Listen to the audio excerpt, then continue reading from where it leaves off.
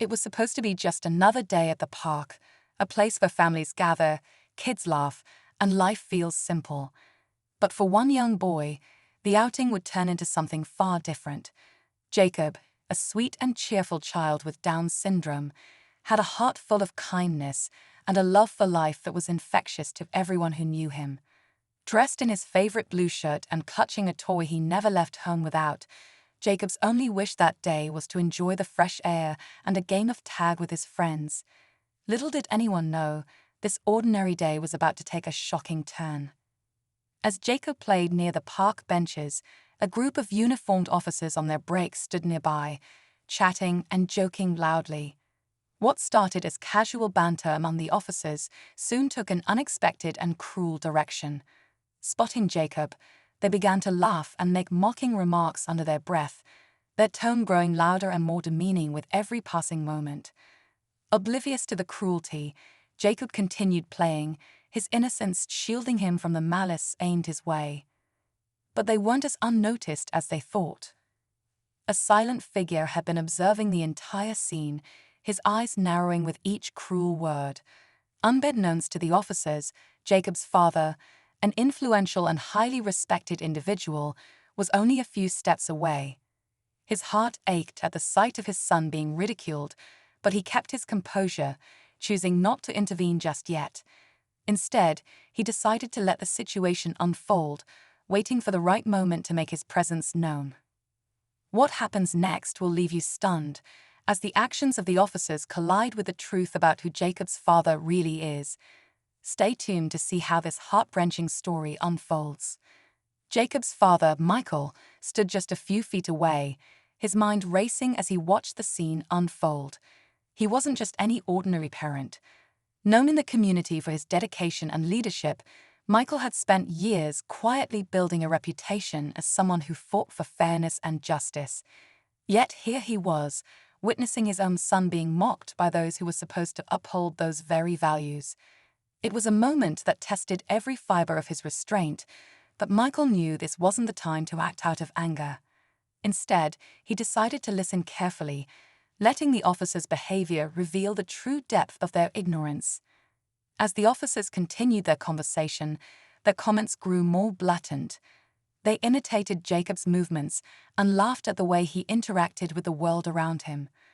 What they saw as amusement was, to Michael, a reminder of the daily struggles his son faced just to be accepted. Jacob's condition wasn't something he could change, but his joy and resilience in the face of adversity were what made him so special. The fact that these grown men could treat a child with such cruelty was almost too much to bear. Meanwhile, Jacob, unaware of the ridicule, wandered closer to his father. Michael crouched down, placing a comforting hand on his son's shoulder, his expression calm but his thoughts storming. He thought of the countless times Jacob had faced judgment or exclusion, moments that had shaped his resolve as a parent. But this situation wasn't just about Jacob anymore. It was about confronting a culture of disrespect and ensuring that others, especially those in positions of power, understood the weight of their actions. Michael glanced at the officers, who still hadn't noticed him. His silence wasn't weakness, it was strategy.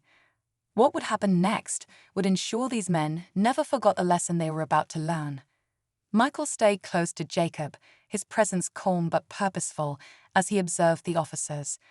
The taller of the two, Officer Dan, appeared to be the ringleader, making exaggerated gestures and whispering comments that drew chuckles from his partner. To them, it was a joke, a moment of light-heartedness during their patrol. But to Michael, it was an unforgivable lapse in judgment, an abuse of authority and basic humanity. As Michael stood there, a couple of bystanders nearby began to notice the situation. An older woman with a kind face watched with a mixture of concern and curiosity, while a young man filming on his phone muttered something about how the behavior was unacceptable. The tension in the air thickened as the officers, still oblivious to the attention they were drawing, continued their mockery. Michael could feel the weight of the moment. This was no longer just about Jacob. It was about standing up for those who couldn't always stand up for themselves.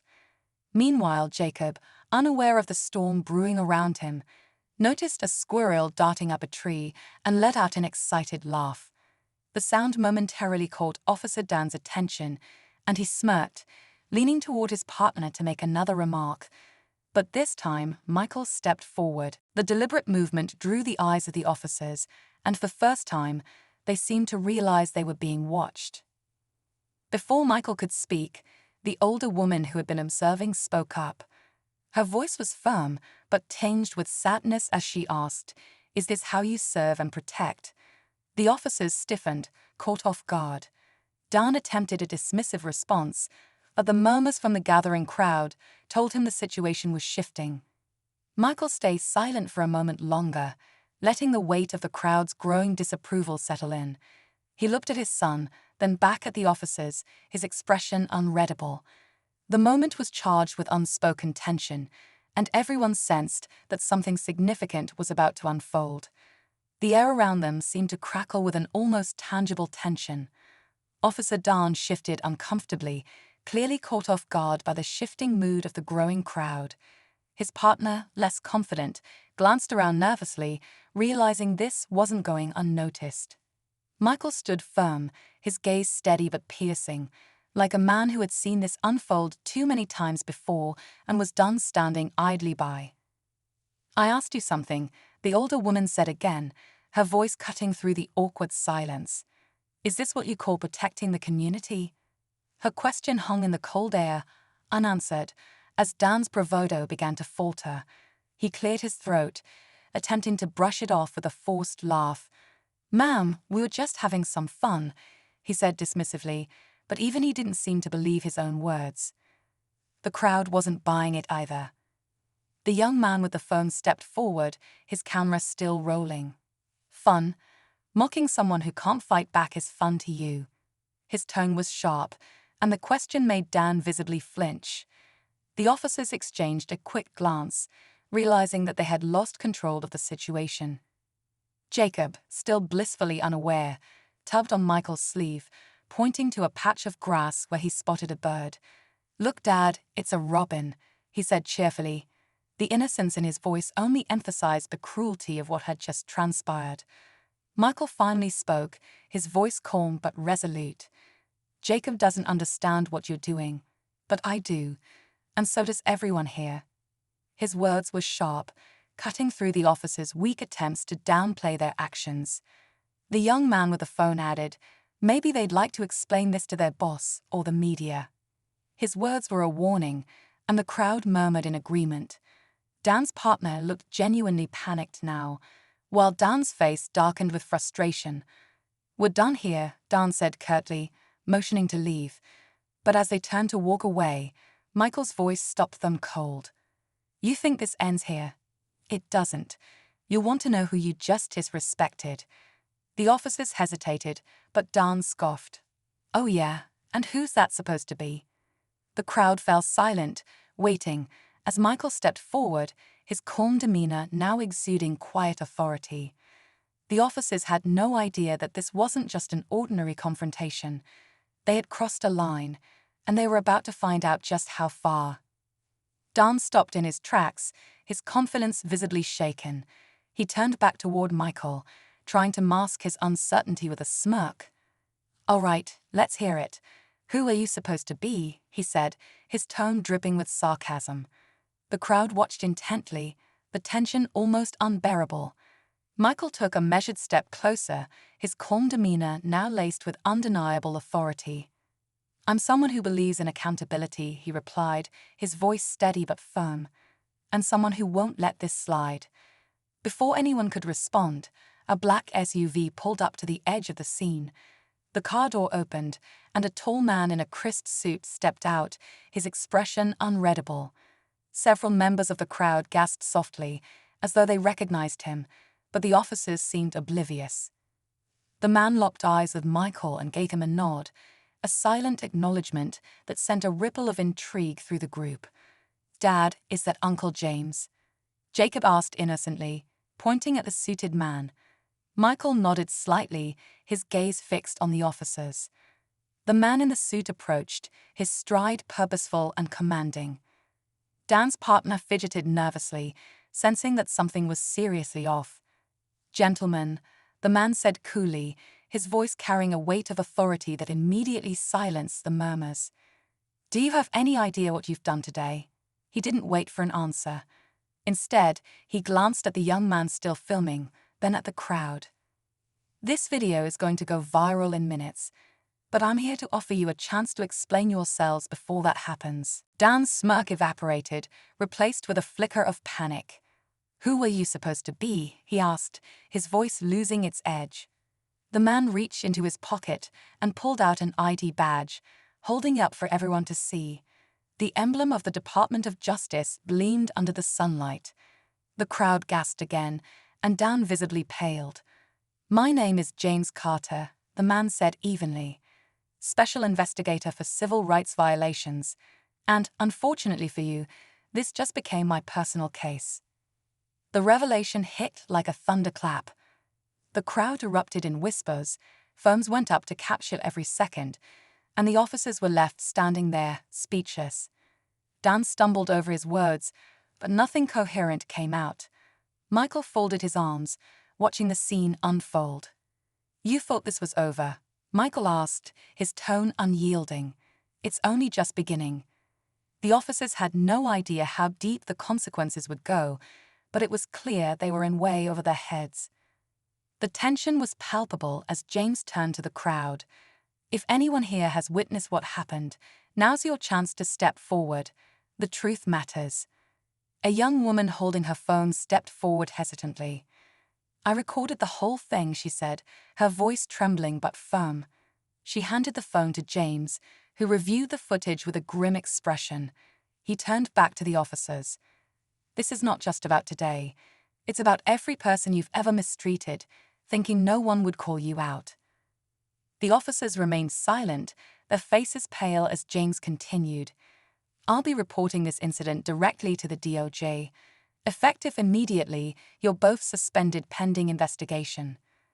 The crowd erupted in a mix of relief and satisfaction, but just when it seemed the matter was resolved, Michael spoke up. "There's something else you need to know." Michael reached into his pocket and pulled out a photograph. "This is my father," he said, holding it up for James and the crowd to see.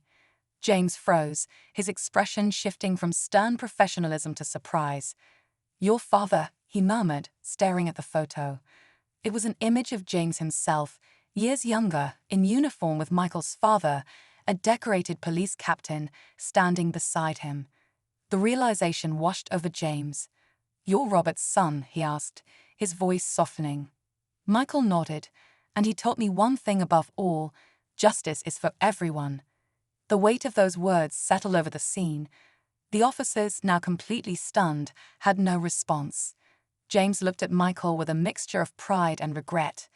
"Your father was a great man," he said, "and today you've honored his legacy." As the officers were escorted away, James turned to Jacob, crouching down to meet his eyes. "You're stronger than they'll ever understand," he said gently. Jacob smiled shyly, clutching his father's hand. The crowd began to disperse, but the memory of what happened would linger, a powerful reminder of standing up for what's right. Michael looked up at James, his expression resolute.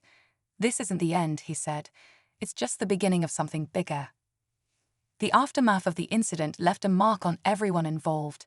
For James, it was a sobering moment to reflect on his own responsibilities as both a father and a leader in the justice system. He took immediate steps to address the culture within the police force, launching mandatory training programs focused on empathy and inclusivity. "This is just the beginning," he told his team, determined to ensure that such incidents would never be swept under the rug again. Michael, too, felt the weight of the day but found solace in the way the community rallied around Jacob. The same people who had initially been silent were now reaching out, offering apologies, support, and words of encouragement. It was a reminder that change often starts in small, meaningful actions. Michael used the momentum to organize a local event celebrating individuals with Down syndrome, inviting families to share their stories and build awareness. Jacob, surrounded by new friends, beamed with pride as he participated in games and activities, his laughter filling the air. As for Dan and his partner, the investigation revealed a history of complaints against them, leading to their permanent dismissal. The department issued a public apology, acknowledging their failures and committing to reform.